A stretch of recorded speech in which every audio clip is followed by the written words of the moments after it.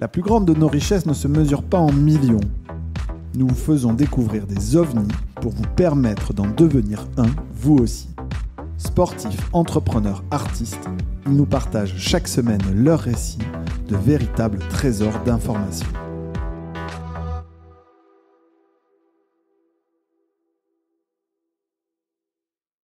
Bonjour à tous, je suis ravi de vous recevoir dans ce nouveau épisode d'OVNI et je suis en compagnie aujourd'hui de Marie-Christine Levé. Merci beaucoup de m'accorder du temps. Je suis vraiment ravi de t'avoir sur ce podcast aujourd'hui. Si ça te va, on va parler d'éducation, d'intelligence artificielle, de ton parcours avant d'être investisseur et on va dérouler ce programme-là sur 30 à 45 minutes. Ça te va? Super. Écoute, Euh, je suis ravie d'être là aussi. on se faisait un peu l'historique de la relation. On organise pas mal d'événements chez OVNI Capital et on a eu la chance d'avoir quelqu'un de ton équipe qui est venu sur un de nos événements, qui nous a parlé de ce que vous faites. Et du coup, c'est vrai que je me suis dit que c'était sympa de t'inviter et d'en apprendre un peu plus. Donc, c'est la première fois qu'on se rencontre en live, du coup. Euh, je suis pas très original. J'ai un associé, Mathieu Stéphanie, qui utilise toujours cette formule et qui demande à ses invités de se présenter. Est-ce que tu veux bien, Marie-Christine Levé, pour les gens qui ne te connaissent pas et qui connaissent pas Educapital, te présenter et nous dire pourquoi tu es là aujourd'hui sur ce podcast très venture capital? Voilà, donc alors moi je suis, Marie-Christine, donc je suis la cofondatrice, d'Educapital qui est aujourd'hui, le premier fonds, d'investissement, à impact européen, sur le sujet de l'EdTech, hein, de l'éducation, digitale et du, future of work, donc tout ce qui est, le futur du monde du travail. Et donc j'ai créé Educapital avec, mon associé, Lydie en 2017 et moi j'ai un parcours de plus de 25 ans dans, le domaine des nouvelles technologies puisque avant d'être, VC, j'étais, entrepreneur ou intrapreneur et donc j'ai démarré dans le web en 97 et avant ça, j'ai démarré un parcours, assez, classique, hein. J'ai fait HEC et ensuite j'ai fait du conseil et ensuite j'ai fait des grosses boîtes, américaines, hein, Pepsi, Disney et je m'ennuyais un peu, j'avais envie de plus d'aventures, et cetera et c'est comme ça que j'ai démarré dans le digital en 97, au tout début. Alors, il y en a qui vont pas avoir la référence, mais avec en plus une marque très forte, Lycos. Est-ce qu'on peut en parler 2 minutes? Parce que moi, c'est ma jeunesse, c'est le premier moteur de recherche, je pense, que j'ai utilisé finalement, donc c'est 97, hein, ce que tu dis? Ouais, c'est 97. Bah, écoute, moi, en 97, j'étais chez Pepsi, voilà, dans en stratégie, en finance. Je m'ennuyais un petit peu et je me suis dit: «Tiens, j'avais envie de travailler dans l'édition». Au départ, c'est parti comme ça, tu vois? J'adorais lire et j'avais envie de travailler dans l'édition et écoute, j'ai découvert le web en 96, donc c'était vraiment au tout début, par un copain qui est rentré des États-Unis et qui m'a dit: «Mais il y a un truc super, regarde le web et tout» et moi qui aimais lire et cetera, je me suis dit: «Mais c'est la plus grande bibliothèque du monde». J'avais envie à l'époque, on savait pas du tout ce que ça allait devenir, hein et je me suis dit: «Tiens, j'ai envie de vivre, cette aventure» et à l'époque, il y avait pas grand-chose, hein. J'avais un abonnement Club Internet, à l'époque bas débit qui faisait bzzz et il y avait, Yahoo, c'était à peu près tout, Alta Vista et j'ai vu à ce moment-là que Lycos, qui était un des moteurs de recherche, US, voulait venir en Europe et je me suis dit: «Mais c'est le dream job». J'avais envie d'un job, entrepreneurial, c'est le dream job et j'ai contacté, Lycos qui était en joint venture avec Bertelsmann et c'est comme ça que j'ai commencé dans le web en 97.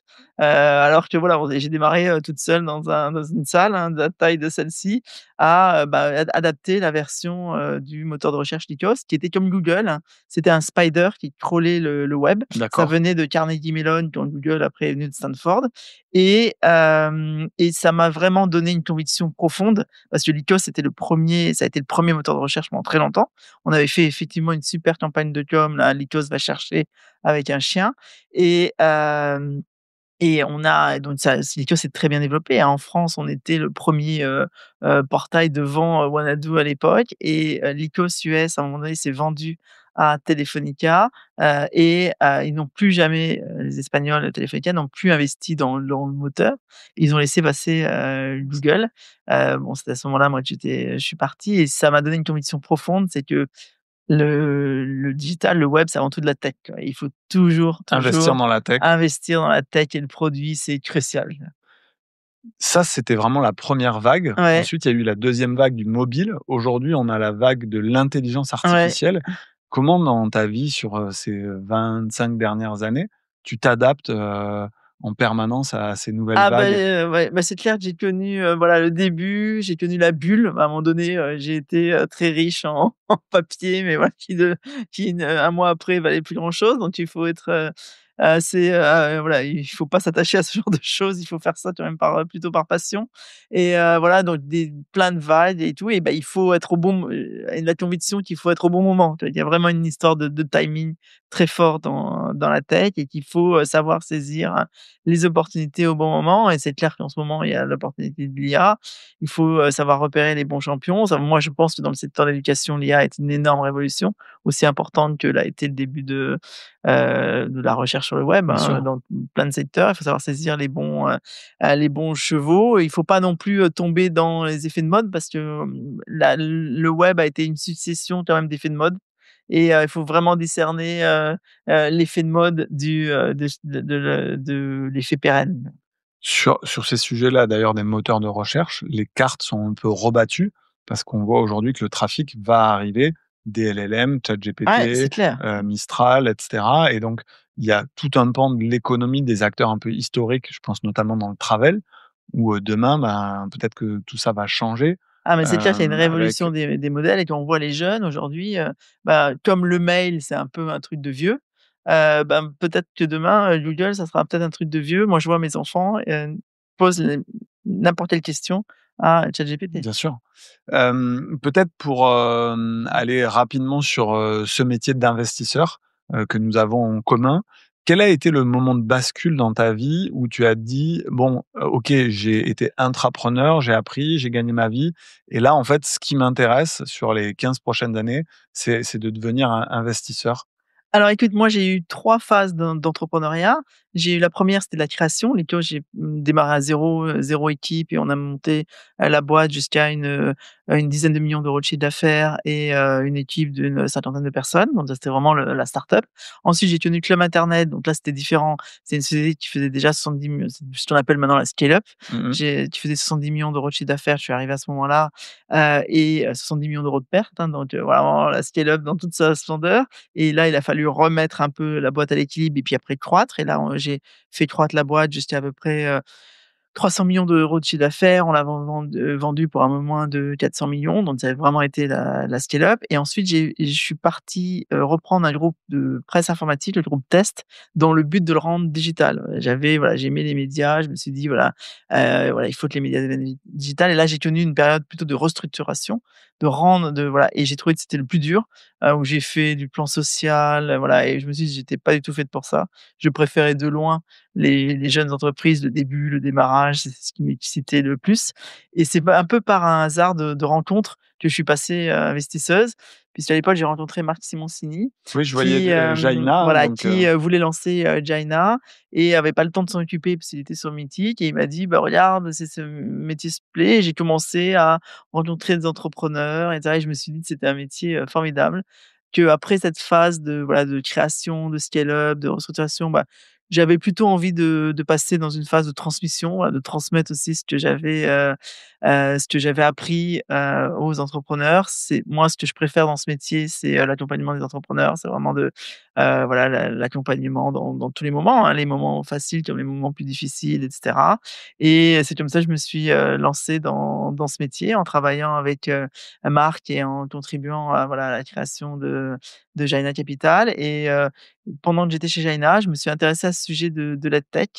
Bah, déjà la fibre entrepreneuriale m'a ressaisie. Je me suis dit: «Bah, tiens, j'ai envie de faire ce métier pour moi» et donc j'ai envie de créer mon fonds et je me suis dit: «Bon, bah, voilà, je vais pas faire un fonds généraliste». Il y en avait déjà beaucoup, je trouvais qu'ils faisaient très bien leur boulot, les Partech, Vamtech et autres et je me suis intéressée à ce sujet de la tech. C'était au tout début, hein, c'était en 2015, c'était vraiment le oui. début des MOOC, de Coursera et cetera et je me suis dit: «Mais quand même, c'est formidable, ça révolutionne l'éducation. Moi, l'éducation m'avait donné, toutes mes chances, tu vois? L'école m'a donné toutes mes chances. Moi, j'étais au lycée, j'ai fait ma terminale au lycée des Mureaux, donc vraiment, c'est pas, voilà, c'est pas les quartiers, privilégiés de Paris et c'est une prof de maths qui m'avait dit: «Bah, tiens, tu devrais aller faire une prépa». Je sais même pas ce que c'était, HEC et Donc cetera et c'est j'ai vraiment ta façon de renvoyer, ouais, c'est façon de renvoyer. J'avais envie de travailler pour ce l'ascenseur. secteur. Au début, j'avais vraiment envie de changer l'école et j'avais aussi, un fils, parce que toujours c'est des choses personnelles, hein. J'avais un fils pour qui, l'école était compliquée, la structure de l'école. Je me suis dit: «Mais comment on peut pas, on pourrait quand même rendre l'école plus innovante?» et cetera et c'est vraiment pour ça que j'ai créé, Educapital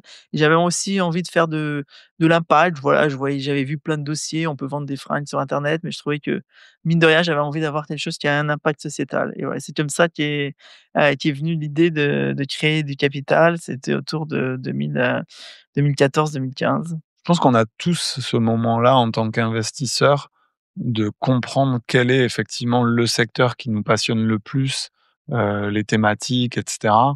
J'ai un peu vécu la même chose que toi où au début, tu es un investisseur un peu plus généraliste et finalement petit à petit ta thèse, en tout cas ton angle d'investissement, s'affine. Juste pour faire une pause donc 4-5 ans avec, Marc, Simoncini sur Jaïna, qui est finalement son fonds personnel, Ouais, donc un mode de décision très entrepreneurial finalement. ouais. C'est-à-dire que tu sources les dossiers, tu les rencontres, vous décidez ensemble des investissements, tu accompagnes le portefeuille. En faisant que cette période-là de 4-5 ans, tu vis la période investissement, mais tu ne vis pas la période de désinvestissement, qui est une partie importante du métier, parce qu'il faut savoir investir, mais il faut savoir céder aussi des sociétés. Alors moi, j'avais quand même eu une expérience de cession parce que j'ai cédé sur Toi, internet. en tant Voilà, donc j'ai que déjà même cédé une belle société à ouais, plutôt un bon prix et oui, effectivement, j'ai plus tenu la période d'investissement. Là, maintenant, dans Rene Capital, on est en pleine période de cession. Alors, je suis aussi associé avec Lydie. On est vraiment, cofondatrices de Capital toutes les 2. On est très complémentaires. C'est elle, elle a fait toute sa carrière dans la finance et dans d'accord. l'investissement. Moi et donc, voilà et je pense cette complémentarité, fait aussi, que ça a fonctionné. Parce qu'on a voilà, on apporte moi j'apporte plutôt peut-être, l'accompagnement, les boards, et elle apporte aussi, bah, tout ce métier de la finance que je connaissais moins et que j'ai appris. Mais est-ce que, toi qui as été aux commandes d'une entreprise et comme tu dis qui a cédé, c'est pas vraiment différent d'être, un peu c'est même pas le copilote, d'être dans l'équipe, mais d'être minoritaire parce que tu n'as pas vraiment d'emprise? Je te donne un exemple, j'étais dans un board hier et on parlait du bon timing pour céder une société. Et donc la question, c'est est-ce que c'est 2026? Est-ce que c'est 2028? Et cetera. Mais finalement, quand tu as, 5, 10, 15, 20 d'une société, tu as assez peu d'emprise. C'est-à-dire que Non, c'est tu es plutôt le marché qui décide, c'est plutôt le dirigeant. Et ouais. comment tu vis Bah, justement tu es, cette oui, c'est différence? effectivement, quand tu es investisseur, surtout quand on est nous, investisseurs minoritaires, pas comme des fonds de private equity, capdev, tout est plus dans l'influence. On n'est pas, aux commandes, hein, Donc c'est la petite graine il que faut tu vas être planter? très humble, on n'est pas aux commandes et d'ailleurs, je vais dire quelque chose que peu de VC disent, mais plus la boîte marche bien, moins on est aux commandes et moins on est, actif et voilà et à la limite l'entrepreneur, n'a pas besoin de nous. Je trouve qu'il y a un temps finalement assez non proportionnel entre finalement la réussite de la société et le temps qu'on passe dans les sociétés. On passe beaucoup plus de temps dans les sociétés qui vont moins bien. Bien sûr. Voilà et non, non, non, tout est dans l'influence et dans le conseil et moi je m'étais, formé au coaching quand je montais du capital et finalement c'est plus l'investisseur est plus un coach que, réellement, il est pas aux commandes. Il faut accepter cette position, mais je trouve que c'est une position aussi, très agréable de transmission et comme moi, voilà, c'est la transmission, Bien c'est sûr. notre, sujet. Voilà, mais c'est vrai que c'est très différent. Et donc tu me disais avant qu'on se lance dans l'enregistrement que donc vous arrivez finalement à la fin de votre deuxième fonds, va suivre un troisième fonds. C'est vraiment le plus dur de créer sa société de gestion, lever le premier fonds, puis le deuxième, puis le troisième, parce que le troisième se joue vraiment sur les performances de ton premier et la tendance de ton deuxième fonds. Ouais. Est-ce que tu peux rappeler pour les gens qui nous écoutent à peu près en montant, combien ça représente, Educapital, combien d'investissements vous avez fait et puis on va aller vraiment sur, ce portefeuille, parler du type de société que vous financez. Donc du capital, on a lancé un premier fonds en 2017 qui était un fonds de, 47 000 000, un fonds public-privé avec à la fois des corporates, beaucoup de privés, de familles et des institutionnels, type, la BPI. Ensuite on a fait donc là, on a investi dans 20 sociétés, on a fait, 5 sessions. On a eu un loss. On a plutôt un bon taux de loss, ce qu'on appelle le loss ratio, tu vois? Le nombre de sociétés Oui. qui disparaissent. Et ensuite, on a levé un deuxième fonds en, fin 2021, début 2022 de 150 millions. Donc ce qui a fait vraiment de nous le plus large fonds européen dédié au secteur. Nous, on est vraiment sur le capital humain. On a beaucoup évolué depuis le tout début d'Educapital. Au tout début d'Educapital, on était vraiment sur, voilà, l'éducation au sens strict du terme, et on a beaucoup évolué D'accord. sur le capital humain. Donc là, on est beaucoup dans tout ce qui est, comment, le capital humain, l'humain développe son capital. Donc ça démarre par l'éducation, mais après c'est tout au long de sa vie, la formation tout au long de sa vie et dans l'entreprise. Comment l'entreprise fait pour, engager, former, développer son collaborateur, et comment le collaborateur travaille aussi différemment dans l'entreprise. Donc on a beaucoup évolué, hein, sur, dans la vie Ce qu'on appelle le d'Educapital. future of Voilà, work, le c'est future ça? of work, c'est le monde de travail de demain. Et voilà, et sur le fonds 3, je pense on évoluera encore, mais toujours avec cet ADN très, très fort du capital humain et comment l'individu se développe. Donc ce qui fait de nous un fonds à impact. Et là donc, on est aujourd'hui dans la dernière année d'investissement, d'Educapital 2, qui est un fonds de 150 millions, qui est aussi la caractéristique d'Educapital 2, c'est qu'on s'est beaucoup internationalisé. Aujourd'hui, on est un fonds qui investit 50 en France, 50 en Europe. Et on 40 Europe et 10 hors, Europe. C'est pas une étape facile, hein, de s'internationaliser Mmh. en termes de sourcing, heu, Non, mais alors là, je trouve qu'il y a un énorme avantage à être spécialisé. bien sûr, Je sais pas comment d'être font, verticalisé. les fonds, généralistes à s'internationaliser. Je trouve ça très, très dur, quoi. De passer le matin d'une thèse sur le voyage, à l'après-midi, à une thèse sur la banque dans d'autres pays, et cetera. Là, l'avantage d'être spécialiste, c'est quand même on connaît c'est toujours les mêmes modèles, économiques. Voire c'est une force. Ça veut dire que Ah, quand c'est une tu énorme regardes un dossier en Allemagne ou au ouais, tu as des UK, tu benchmarks de regardes, tu as partout. le benchmark par Tu as des rapport, benchmarks de partout, OK. et on a vraiment créé notre marque, dans ces différents pays. C'est des petits écosystèmes, hein, la tech dans chaque pays, et donc c'est vraiment une grande force d'être spécialisé pour s'internationaliser. Et donc voilà, et donc on est en dernière année de déploiement du fonds et on partira en levée de fonds, à partir de 2026. Génial, donc pour tous les gens qui nous écoutent et qui ont envie d'investir dans ce secteur, notez-le, dans un coin, et début 2026, vous pouvez, soutenir, Marie, Christine et Lydie, dans, leur, aventure, et leur fonds numéro 3. Tu disais: «On construit une marque». Tu construis une marque, via ta société de gestion aussi par rapport à des investissements emblématiques. Alors pour les gens qui nous écoutent, désolé, vous allez pas le voir à l'image, mais pour ceux qui regardent sur YouTube, moi, il y a un investissement pour lequel je voulais te remercier, te féliciter. J'ai déjà eu l'occasion de remercier, féliciter les entrepreneurs, les porteurs du projet, mais cet investissement, c'est l'Uni. Ça, c'est sur le fonds 1 ou le C'est fonds sur le 2? fond, hein, c'était C'est un sur des le fonds premiers 1. investissements d'Educapital. Il fallait être sacrément visionnaire. Donc l'Uni, c'est quoi? C'est une petite boîte, hardware. Il y a déjà très peu d'investisseurs qui font du Mmh. hardware, qui, permet finalement, aux enfants, donc moi j'en ai 2 de 6 et 8 ans, ils ont eu, toutes les Luni, hem de créer des histoires, et il y a un espèce de parcours où ils peuvent choisir et faire, finalement évoluer leur histoire. Moi, j'ai vraiment vécu de l'intérieur même l'évolution du business model de l'Uni, avec aujourd'hui on est des clients récurrents. Ah! C'est-à-dire qu'on paye un abonnement Ouais. pour que nos enfants tous les mois puissent, avoir, des nouvelles histoires.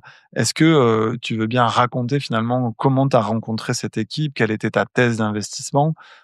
Alors, c'était vraiment un des premiers investissements d'Educapital. Je pense qu'on a rencontré l'équipe alors même que le fonds n'était pas créé, et Lydie était aussi dans la même situation que toi, elle utilisait, l'Uni pour ses enfants.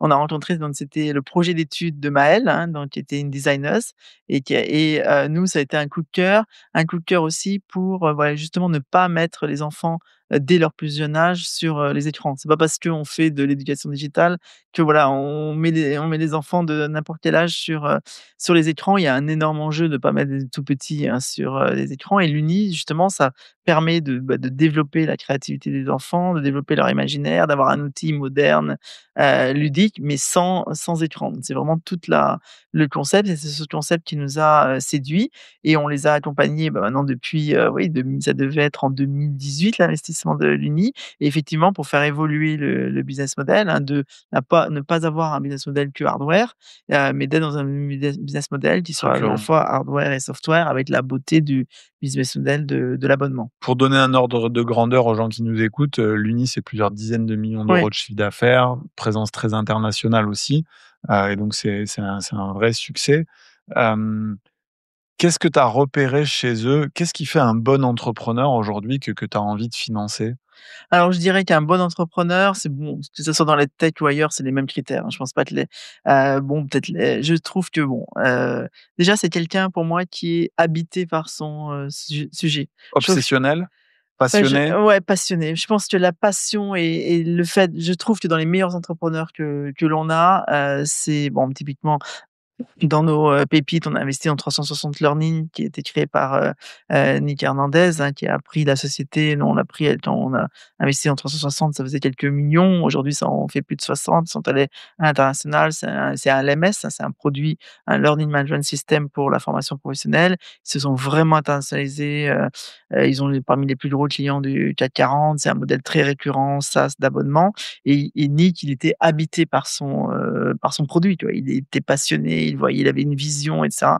Donc je dirais que c'est la première qualité. Ensuite, c'est souvent un entrepreneur, c'est souvent comme une équipe. Moi, je crois rarement au one man show et une équipe, avec des complémentarités, hein. Donc il faut en général qu'il y en ait un très habité par le produit, la vision produit et l'autre Dans plus business. dans ton process d'investissement, comment tu la mesures justement la qualité de cette équipe?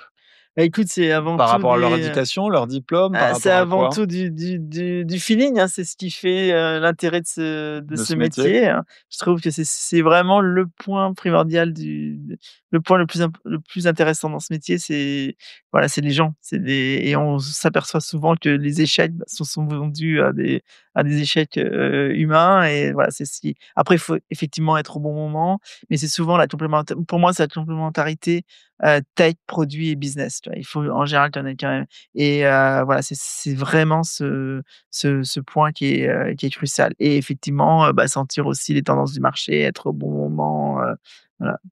Entre ton fonds 1 et 2, quand tu passes de 50 à 150 millions, finalement, tu investis des montants plus importants et peut-être ça se joue un peu moins sur justement le ressenti des humains et un peu plus sur les chiffres, la Bah, allez, profondeur de marché, et cetera. À ce moment-là, c'est ton associé Lydie qui vient avec son approche financière, vous bah, bossez je tous les pense que 2? Non, mais je pense on est, toute l'équipe, on est très attachés aux métriques, tu vois? On regarde d'accord. beaucoup les métriques, voilà. Donc à la fois, bon, les métriques financières, hein, bah, clairement, c'est les métriques de croissance, de l'ARR, voilà, avoir un minimum de 50 de croissance de l'ARR, de aussi, maîtrise des coûts, maîtrise du business model, voilà, d'avoir des business models qui marchent aussi. Et moi, j'aime beaucoup aussi regarder, les métriques d'usage. Parce que je trouve qu'un produit qui n'est pas utilisé, à un moment donné, il y aura quelque chose qui se passera, tu Donc vois? ça va être quoi? Les cohortes, la rétention, le Voilà, temps passé sur les voilà, on est très applications? analytique, on Très passe beaucoup de analytique. temps, sur, voilà, que ce soit une application B2C, on a fait des investissements, des applications B2C qui n'avaient zéro revenu, hein. On a un de nos pépites qui est en Allemagne, qui s'appelle Nounity, qui est un assistant, pour, les élèves, hein, les collégiens et les lycéens, mais directement en B2C. Et aujourd'hui, ils ont 22 millions d'utilisateurs, ils sont présents dans 18 pays et ils ont un produit qui est vraiment aimé par les jeunes, excessivement utilisé. Et là, aujourd'hui, ils ont un produit d'IA qui est un tuteur personnalisé, hein, qui remplace le prof, particulier. Et voilà. Et ça, c'était une société qu'on a financée pré-revenu mal et qui avait un usage exceptionnel. Donc on regarde beaucoup les métriques d'usage, beaucoup les métriques de rétention, que ce soit en produit, B2C ou en produit, B2B. Et ensuite, bien sûr, la croissance du chiffre d'affaires, la maîtrise du CAC, voilà, les maîtrises classiques. Et ce qui est aussi avoir un fonds plus gros, bah, nous permet aussi d'avoir une part plus importante au capital et de mieux aussi accompagner les sociétés qui réussissent bien. Dans quelle mesure vous refinancez les sociétés sur les tours d'après? La structuration sur un fonds de 150 millions, c'est, je sais pas, 50 à 80 millions pour les premiers chèques et le reste pour réinvestir? C'est quoi un peu On est à peu près le fond de flow? 60 en premier investissement et 40 en réinvestissement. Et on réinvestit dans les sociétés qui performent bien. Donc là, typiquement, dans le fonds 2, on a déjà commencé à réinvestir. On a, voilà, les 3 cas, voilà, je sais pas, les sociétés, bah, on a 2 types de sociétés, hein. Il y a celles qui vraiment sont dans une logique de croissance très forte et voilà, souvent des croissances de doublement d'année en Bien année, sûr. du chiffre d'affaires.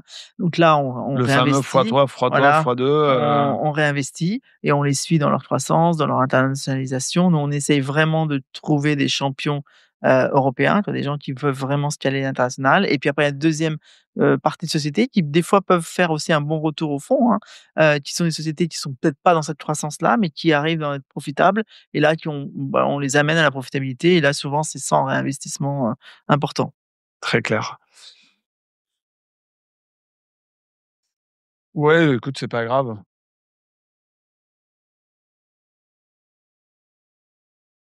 Non, non, c'est pas grave, franchement. Tu veux qu'on allume? On éteint? Tu veux l'éteindre, en fait? On la laisse? Non, non, on la laisse, c'est juste on peut refaire le plan. Bon, c'est pas grave. Non, pour moi, ça change rien, Ça hein. change pas, Ouais. ouais. Non, non, pas de souci, merci. Je l'ai vu, mais ça m'a pas choqué et donc tu parlais d'intelligence artificielle, hem, c'est cette nouvelle vague, à quel point ça impacte, l'éducation? Moi, j'ai l'impression que ça rebat complètement les cartes. On parlait des enfants, moi, ils ont 6 et 8 ans, j'essaye de pas trop, si tu veux, les exposer aux écrans et cetera et à la fois je leur montre, c'est-à-dire que je leur montre comment fonctionne ChatGPT, je leur montre comment on crée une musique sur Suno, on part en vacances et on peut créer la musique dédiée aux vacances et je leur montre comment on monte ça, sur, Premiere Pro. Enfin, j'essaye de leur montrer l'étendue des possibilités et tout ce qu'offre l'IA. Comment vous, donc justement, vous gérez cette nouvelle vague IA? C'est quoi votre thèse d'investissement là-dessus? Alors, c'est clair que l'IA révolutionne plein de secteurs, mais encore plus l'éducation parce que je crois que parce que tous les étudiants, tous les jeunes utilisent, l'IA. Donc aujourd'hui, il y a tellement une utilisation profonde, de l'IA que ça remet en question, l'éducation. Clairement, le devoir à la maison, il va être remis en question. La manière dont on va apprendre va être remis en question. Ce qu'on va faire en salle de classe va être, remis en question l'IA dans l'éducation. Donc déjà, il y a plein d'outils pour faire gagner du temps aux profs, hein. Il y a des outils de création de cours, de création d'exercices. On a investi dans une société française qui s'appelle Knowledge, qui révolutionne le métier de prof, hein. Pour créer ses cours, le prof, n'a plus besoin de passer autant de temps pour créer des quiz, des QCM, pour rendre la classe engageante. Voilà, énormément de révolutions. Il y a une révolution qui arrive aussi là dans la correction des copies, donc plein de choses pour le prof et pour l'élève, voilà, l'avantage principal de l'IA, c'est ça crée vraiment des parcours personnalisés. C'est vraiment le graal de l'apprentissage, hein. Bah, c'est ce que fait le prof particulier, hein, qui a, 2 élèves différents, bah, il va leur donner à chacun, des exercices qui s'adaptent à leur rythme. Sauf que là, on peut le faire sur des classes de 40 et on peut le faire en, one to one, avec un tuteur IA personnalisé. Donc le tuteur IA et la personnalisation de l'apprentissage, c'est vraiment, une énorme, avancée. Donc on a investi par exemple dans 2 sociétés, bah, donc qui font de l'apprentissage des langues avec un tuteur IA et c'est vrai que l'apprentissage des langues, c'est révolutionnaire. On est tellement, particulièrement en France, tellement mauvais dans l'apprentissage des langues, où il faut apprendre à parler, et là, Bien on sûr. peut converser avec un tuteur IA. Donc on a investi dans une société américaine qui s'appelle Buddy pour les petits, donc qui vraiment permet d'apprendre, les langues avec un avatar et avec raison de 10-15 minutes par jour, c'est bien encadré et en France, dans Emma, qui permet aussi d'apprendre les langues avec un tuteur IA personnalisé. Donc là, c'est vraiment une grosse révolution et on vient de faire aussi une société estonienne, qui, s'appelle Vocal Image et qui, fait un tuteur IA pour, bah, l'apprentissage sur les communication skills, donc vraiment la prise de parole en public, poser sa voix, pour les gens qui ont des problèmes de diction et cetera et ça, on peut vraiment faire ça Qui avec est de un l'IA. enjeu qu'on sous-estime énormément, en France et en Europe. Les Américains sont vraiment très forts sur le pitch, le storytelling. On a passé une semaine à San Francisco avec toute l'équipe OVNI et c'était vraiment, ce avec quoi on est revenu de nos entretiens, de nos podcasts, que, finalement il y avait un énorme enjeu pour les entrepreneurs qu'on a en portefeuille à avoir un narratif Mmh. très fort et à des très bons communicants et je pense que c'est vrai que si c'est des qualités que tu développes dès le plus jeune âge, Ouais. c'est, Ah ça, c'est une remise en question quand même du système éducatif. Le système éducatif américain est posé est là-dessus. basé là-dessus, tu vois? On parle à l'oral, on communique et c'est vrai qu'aujourd'hui, on pense que, l'école va devoir changer et les qualités aujourd'hui essentielles que l'école doit développer, ça va être plutôt, l'esprit critique, la communication, le fait de collaborer en équipe. Finalement, c'est ce dont on a besoin en entreprise. Ça me semble évident. Je vois l'heure qui tourne. On essaye de garder un format court, parce qu'on a regardé justement nos stats et on voit qu'au bout de 30-40 minutes, Les on gens n'est sont pas bons. comme, Mathieu Stéphanie, notre associé qui fait des podcasts de 3 heures avec des très bons taux de complétion. Nous, on a, cette baisse assez forte au niveau de l'audience. Ouais, je vais essayer de dire quelque chose de bien alors pour que les gens Exactement, donc restent. c'est le moment critique, et le meilleur du contenu arrive maintenant. Hem Qu'est-ce qui a été le plus difficile dans ton parcours en tant que femme entrepreneur? Ensuite, lever des fonds. C'est quoi l'apprentissage que tu peux partager, Alors en tant que femme, entrepreneur, bah, c'est clair qu'il y a des métiers qui sont, plus masculins, hein, donc les choses changent, mais le métier de la finance, c'est quand même un métier quand même très masculin. On est la des rares fonds, hein, managés par 2 femmes. Je pense que, bah, dans le plus dur pour moi, ça a été les périodes de restructuration. Je trouve ça très dur la restructuration, et honnêtement, en tant que fonds, la période de levée de fonds, il faut s'armer de courage. bien sûr. Qu'est-ce que tu trouves particulièrement difficile sur la restructuration? Si Bah, on rentre un peu dans le détail, c'est toujours les c'est aspects humains. Voilà, les aspects humains, c'est compliqué, c'est dur de faire partir des gens, mmh mh. voilà, si on peut éviter d'en faire, c'est mieux. Donc Avec l'IA, il y a beaucoup de patrons qui vont devoir aussi, ah bah, c'est clair qu'il y a un én c'est pour ça que nous, on trouve que notre secteur est vraiment un secteur pérenne. C'est qu'il va y avoir un énorme enjeu de ce qu'on appelle le reskilling, tu vois? De reformer les gens en entreprise. Il va y avoir des pans entiers de métiers qui vont être, supprimés, qui vont être transformés. Voilà, et la formation, elle est cruciale depuis, la formation des élèves, des profs, des gens en entreprise. Voilà, on est sur, un énorme chamboulement de société. la levée de fonds, tu dis que ça a été dur.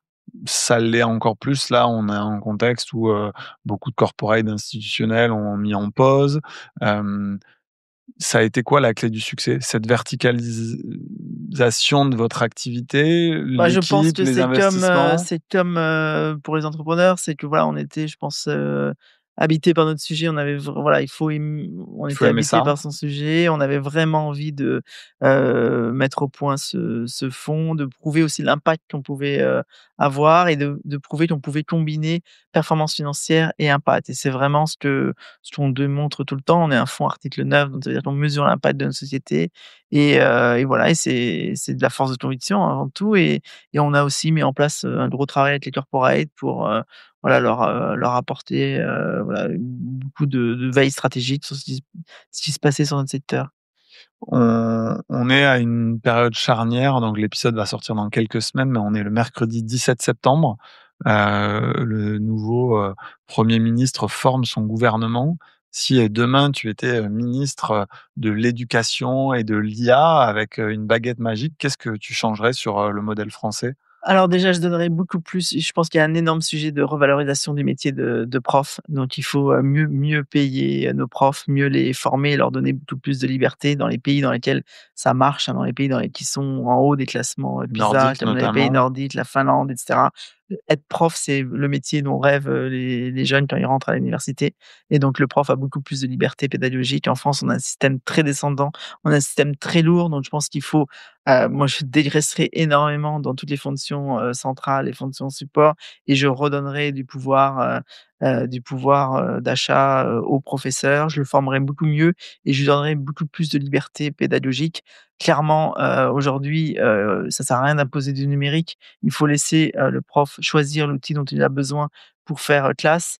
On voit encore, nos enfants partir à des cartables hyper lourds, avec des livres qu'ils n'ouvriront jamais. C'est un adiabji d'argent. On dit qu'il faut faire des économies budgétaires, mais faisons des économies là-dessus. Mutualisons les budgets papier numérique et laissons aux profs, la liberté de choisir ce dont il a envie et si le prof de français, bah, veut garder, le livre papier, qu'il garde, mais bon, le prof de maths et le prof de sciences et le prof, de langue, il a quand même tout intérêt pour remotiver ses élèves à passer au numérique. Génial. Si on essaye de conclure, cet épisode, il y a une ressource justement, un livre, quelque chose à écouter, un film à regarder que tu as absolument envie de partager aux milliers de personnes qui nous écoutent? Ouais, alors moi, ils ont été assez, des turning points pour moi. Il y a les livres de Salman Khan, Le premier livre de Salman Khan, c'est Reinvented Education où c'était en 2013 ou 14. Moi, c'est ce qui un peu m'a donné le turning point pour, lancer du capital et là, il vient de faire un nouveau livre sur, l'IA et si vraiment vous vous intéressez au sujet de l'éducation, ces livres sont vraiment très, très intéressants. Et dernière chose, un conseil que tu aurais aimé qu'on te donne, il y a 10 ans, 15 ans, 20 ans, si tu refais, Bah, ce moi, j'ai parcours? toujours, j'ai eu un parcours où je suis pas restée très souvent dans les entreprises au début. Bah, j'ai toujours suivi un peu, mes envies et je pense que c'est ce que je dis à mes enfants, il faut avant tout, avoir la liberté de faire ce qu'on a envie. Je pense que c'est le plus important, se réveiller le matin et se dire: «Je fais ce que j'ai envie». Écoute, c'est une très belle conclusion pour te faire rire. On a pas mal discuté avec l'équipe OVNI de la ligne éditoriale de ce podcast. On est parti avec, Mathieu Stéphanie il y a 18-24 mois. On s'est dit: «Il y a très peu de sociétés de gestion qui ont fait le build in public et donc on va, commencer par raconter l'histoire de cette société de gestion, comment on l'a construit, les premiers investissements, inviter nos LP», ce qui se faisait pas trop, hein, de, heu, faire venir ses souscripteurs. La plupart des fonds sont quand même plutôt protecteurs sur, les gens qui leur confient de l'argent.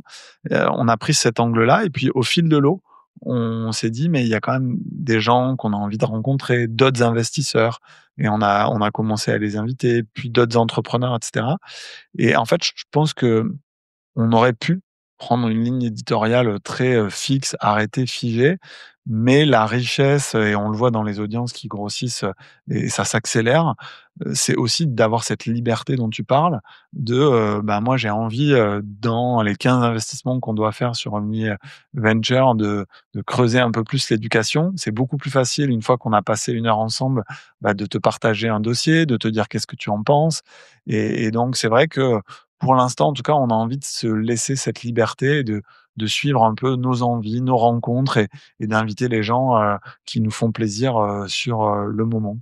Merci beaucoup pour, ce temps, passé ensemble et puis, pour, tous, les conseils, utiles, je pense, pour, les gens qui nous écoutent. La façon de te contacter la plus simple, c'est quoi? C'est par mail? C'est sur LinkedIn? C'est par mail ou LinkedIn, mais par mail, c'est mclevé@educapital.fr. Génial. Merci beaucoup et puis, bah, à bientôt tout le monde sur, les plateformes habituelles, YouTube, Spotify, Apple Podcasts, Deezer, et j'en oublie certainement. Merci. À bientôt, au revoir.